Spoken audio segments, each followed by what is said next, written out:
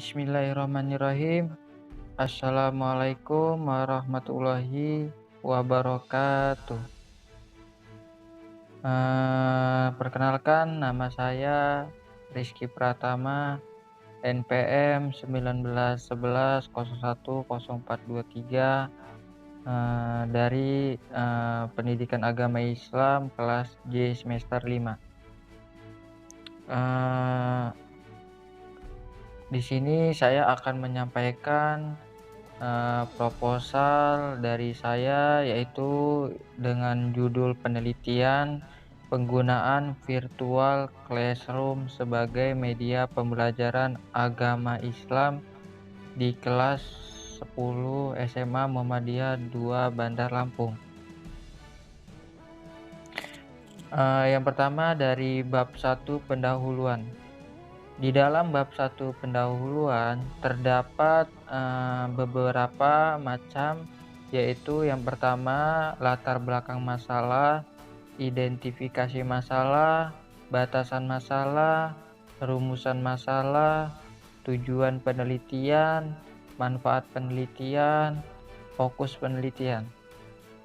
Yang pertama kita akan membahas yaitu latar belakang masalah. Proses pembelajaran di sekolah saat ini tidak bisa lepas dari peran teknologi informasi. Hal tersebut dapat terlihat dari kegiatan guru dan siswa dalam menggunakan komputer dan internet di sekolah. Tujuannya untuk mendorong penyelenggaraan pembelajaran yang lebih menarik, aktif, dan kreatif. Selain itu juga, virus COVID-19 juga mengubah model pembelajaran secara drastis. Seluruh kegiatan pembelajaran dilakukan secara daring, mulai dari tingkat sekolah dasar sampai perguruan tinggi. Penelitian ini merupakan penelitian deskriptif kualitatif yang mendeskripsikan kegiatan pembelajaran daring di SMA Muhammadiyah 2 Bandar Lampung. Setelah ditetapkannya, seluruh kegiatan pembelajaran dilaksanakan di rumah dengan model daring. Selain itu, salah satu bentuk pembelajaran alternatif yang dapat dilaksanakan selama masa darurat, yaitu COVID-19 adalah pembelajaran secara online. Menurut Moore et al. 2011, pembelajaran online merupakan pembelajaran yang menggunakan jaringan internet dengan aksesibilitas, konektivitas, fleksibilitas, dan kemampuan untuk memunculkan berbagai jenis interaksi pembelajaran. Selain itu, SMA Muhammadiyah 2 Bandar Lampung adalah salah satu sekolah yang termasuk dalam daftar sekolah yang terkena dampak pandemi COVID-19, yang mana mengakibatkan sekolah tersebut mengalami melakukan pembelajaran daring atau sekolah online. Berdasarkan penjelasan di atas, kegiatan pembelajaran dengan mode daring di SMA Muhammadiyah 2 Bandar Lampung sudah efektif dengan memanfaatkan aplikasi Zoom, Google Classroom, Schoology, dan Edmodo. Namun, seperti yang dijelaskan tadi, aplikasi yang lebih sering dan lebih mudah digunakan adalah Google Classroom. Kendala dalam pelaksanaan pembelajaran daring yaitu masalah koneksi internet yang kurang mendukung.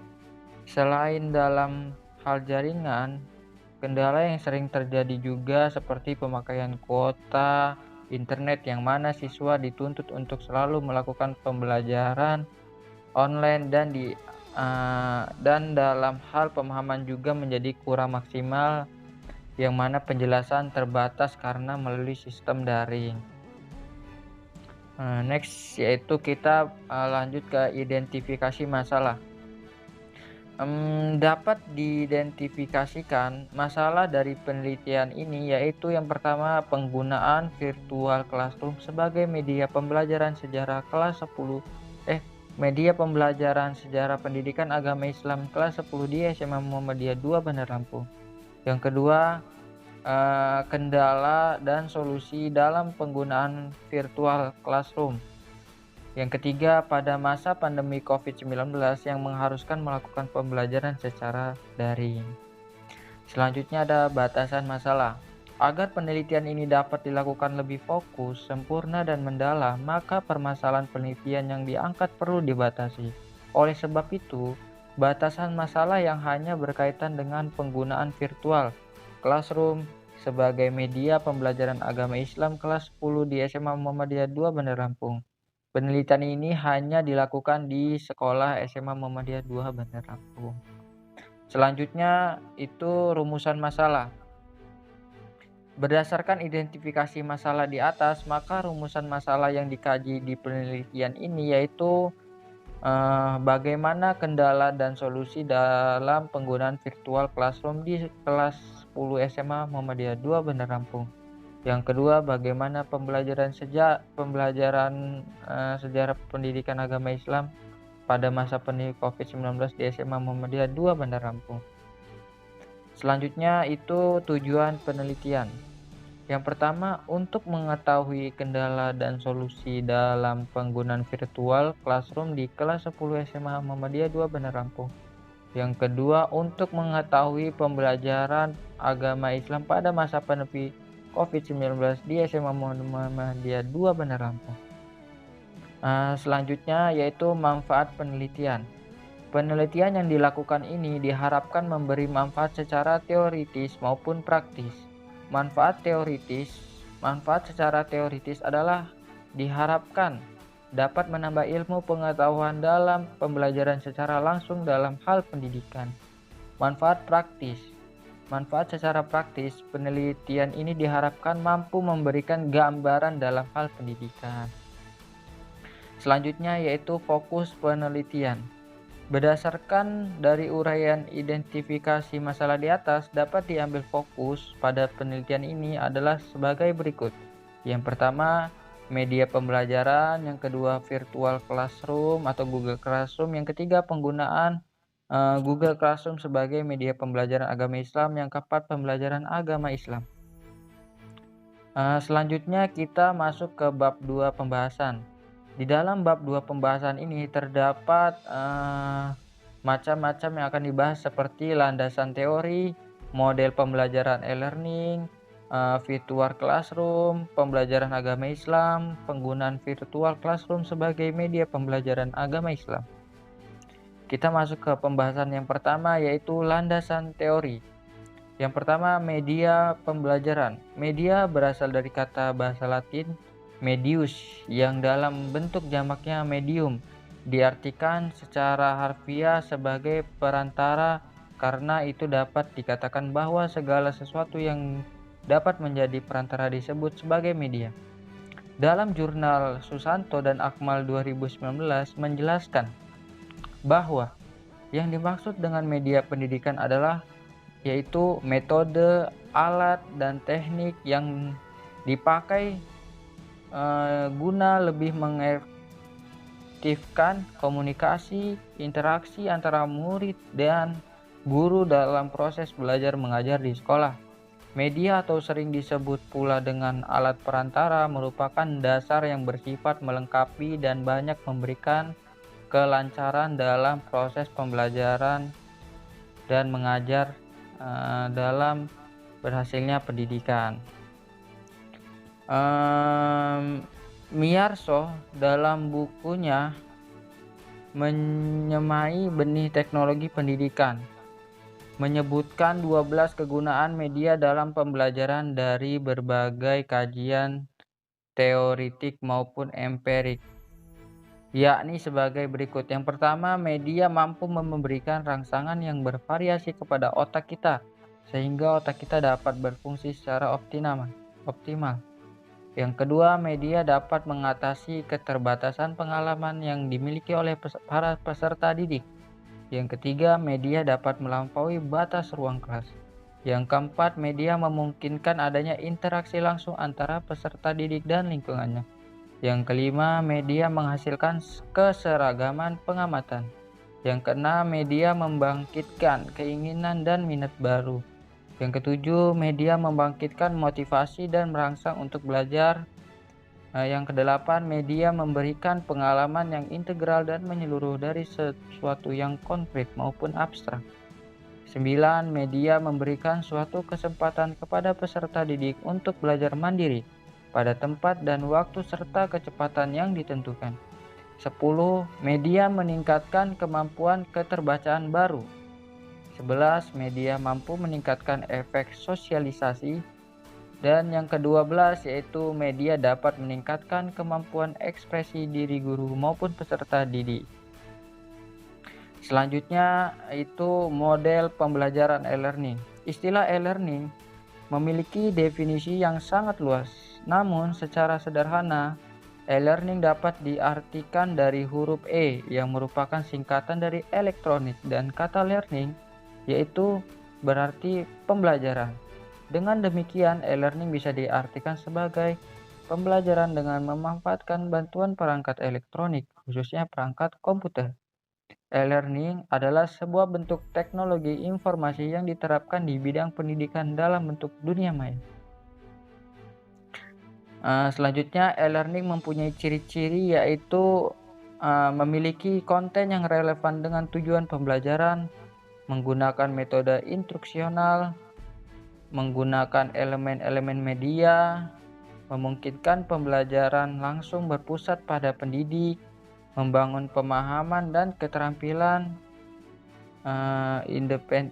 kemandirian, aksesibilitas, dan pengayaan. Adapun manfaat e-learning dari perspektif pendidik, diantaranya yang pertama yaitu meningkatkan pengemasan materi pembelajaran yang sedang dibuat. Yang kedua, menerapkan strategi konsep pembelajaran baru dan inovatif efisiensi. Yang ketiga, pemanfaatan aktivitas akses pembelajaran. Yang keempat, menggunakan sumber daya yang terdapat pada internet. Yang kelima, dapat menerapkan materi pembelajaran dengan multimedia. Yang kelima, interaksi pembelajaran lebih luas dan multisumber belajar. Jadi, e-learning dapat didefinisikan sebagai sebuah bentuk teknologi informasi yang diterapkan di bidang pendidikan dalam bentuk dunia maya. Istilah e-learning lebih tepat ditujukan sebagai usaha untuk membuat sebuah transformasi proses pembelajaran yang ada di sekolah atau perguruan tinggi ke dalam bentuk digital yang dijembatani teknologi internet. Penerapan e-learning untuk pembelajaran online pada masa sekarang ini sangatlah mudah dengan memanfaatkan modul learning manajemen sistem yang mudah untuk diinstal dan dikelola seperti Edmodo.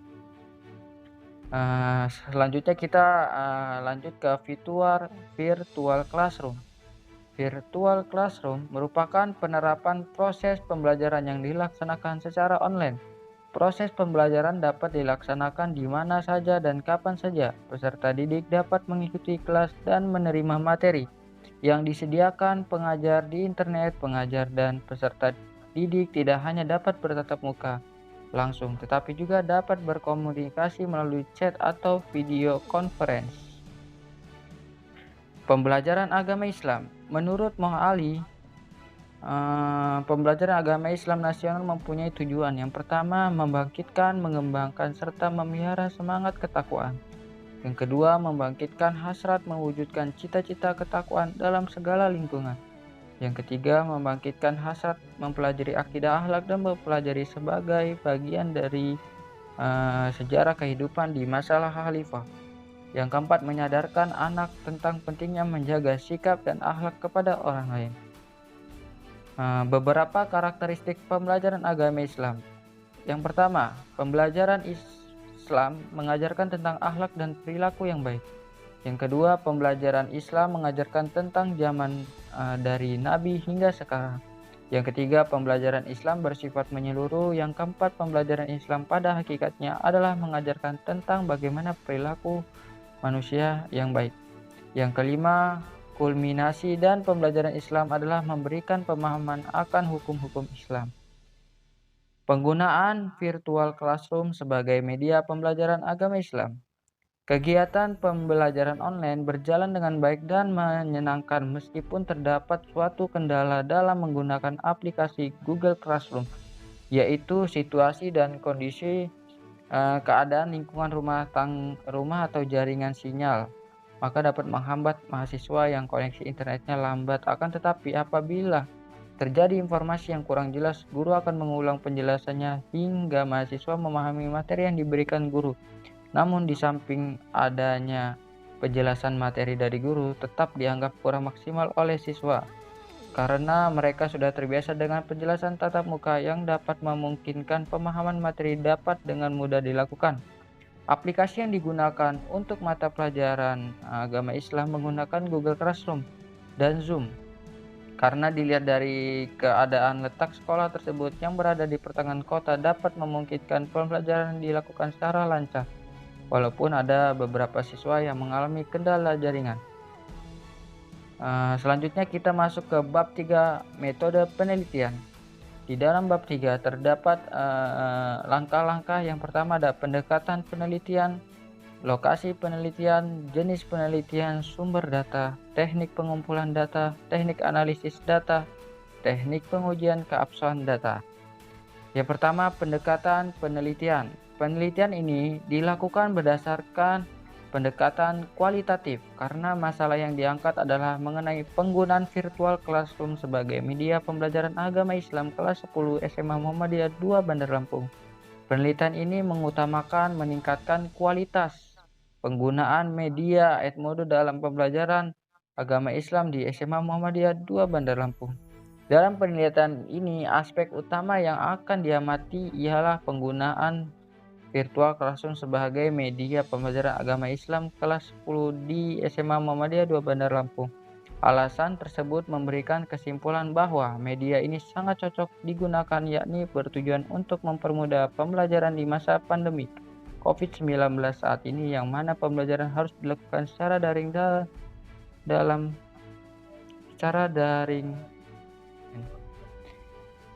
lokasi penelitian ini berada di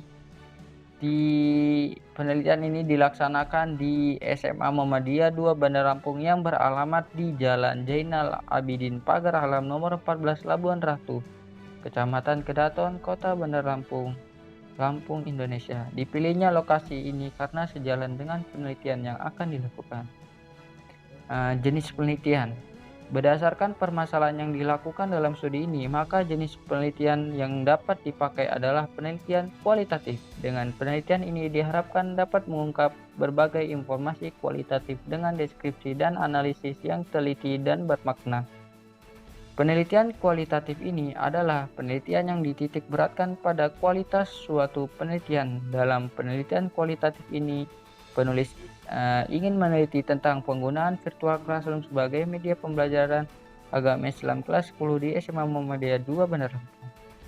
Sehingga penulis merasa perlu melakukan penelitian ini dengan cara penelitian kualitatif. Sumber data. Adapun jenis data yang diperoleh dari hasil penelitian, sumber data terbagi menjadi data primer dan data sekunder. Data primer adalah data yang diperoleh langsung oleh peneliti dari objek yang ditelitinya. Objek yang diteliti dalam penelitian ini adalah siswa. Sumber data primer dalam penelitian ini dihasilkan melakukan teknik pengumpulan data, wawancara, dan observasi dengan informan. Data sekunder.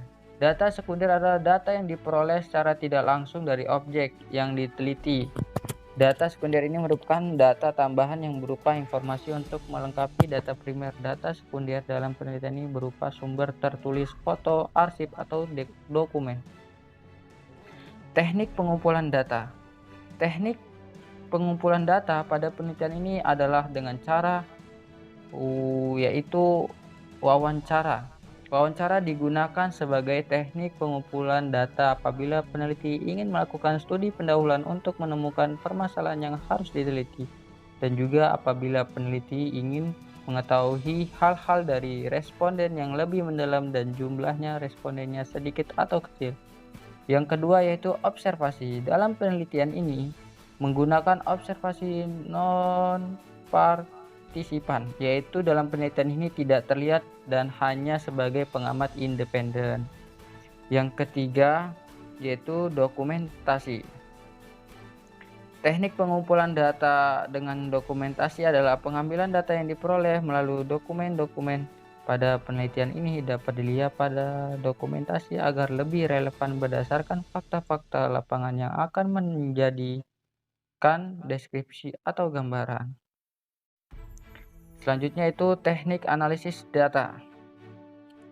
Aktivitas dalam analisis data yaitu reduction data display dan conclusion drawing atau verification. Yang pertama, reduksi data. Data yang diperoleh dari lapangan jumlahnya cukup banyak, untuk itu maka perlu dicatat secara teliti dan rinci. Yang kedua, penyajian data. Setelah data direduksi, maka langkah selanjutnya adalah mendisplaykan data. Yang ketiga ada conclusion drawing atau verification. Langkah ketiga dalam analisis data kualitatif menurut Miles dan Huberman adalah penarikan kesimpulan dan verifikasi. Selanjutnya teknik pengujian keabsahan data. Untuk diperoleh data-data yang absah, maka peneliti akan melakukan pengujian keabsahan data dengan menggunakan teknik-teknik. Yang pertama ada perpanjangan pengamatan, yang kedua meningkatkan ketekunan, yang ketiga triangulasi. Triangulasi merupakan metode sintesa dan terhadap kebenarannya dengan menggunakan metode pengumpulan data yang lain atau berbagai paradigma triangulasi. Thank you. Sekian presentasi proposal mandiri dari saya, kurang lebihnya mohon maaf. Saya ucapkan assalamualaikum warahmatullahi wabarakatuh.